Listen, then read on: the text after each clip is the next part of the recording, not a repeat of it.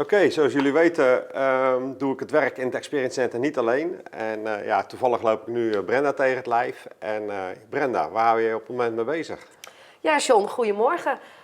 Ik hou me momenteel bezig met het beoordelen van de rassen die jij altijd, waar jij altijd over vlogt. Ik heb hier de Merlies, de Marinis en de Grandies. Ja, en ik ben aan het kijken hoe dat deze trossen eruit zien.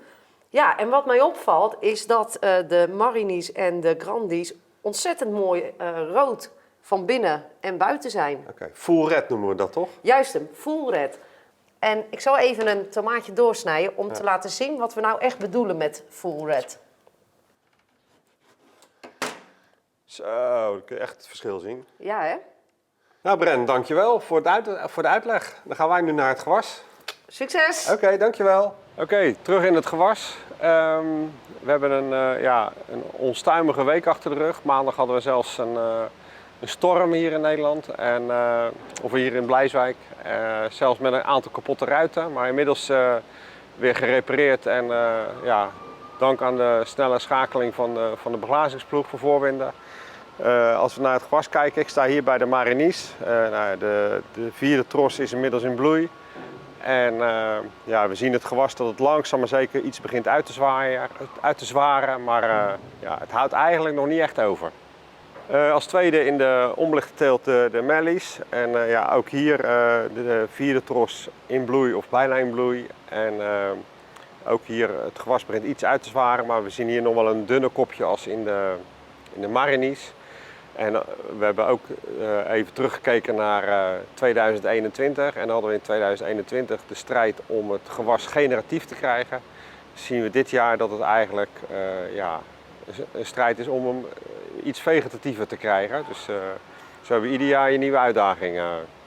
Als laatste de Grandies. Hier is de vierde tros nog niet echt aan bloeien toe, maar komt er ook aan. En wat we over het algemeen zien is dat de bloeihoogte is netjes, de bladlengte neemt nog steeds een klein beetje toe. De kopdikte is stabiel op 6, 7 mm. Generatief gezien gaat het goed. Qua kracht in de plant zouden we nog wat verbetering willen graag. Maar daar hebben we ook wat zonlicht voor nodig, dus daar is even het wachten op. Net de onbelichte kas gehad, nu de belichte kas. Nou, ik sta hier weer naast Marinis. Deze week vonden we het een mooie week om de stengels bij te gaan maken. Dus overal zie je touwtjes bij hangen. Dat betekent dus dat we van 2,5 stengel per meter gaan we naar 3,75. Het is iets later als vorig jaar, maar onze belichtingsstrategie was ook iets gematigder. Dus vandaar dat we het nu een mooi moment vonden om die stengels bij te maken. Tweede in het rijtje de Merlies. En over het stengels bijmaken doen we alle drie de rassen exact hetzelfde. Dus alle drie gaan we van 2,5 naar 3,75. Een ander puntje wat ik wilde toelichten is, vorige week hebben we het gehad over onze watergeefstrategie. En dat we naar intering kijken. Hebben wij hier in het Experience Center gekozen voor een systeem van Grodan, de GrowSense. Dus dat werkt met elektrodes in de mat.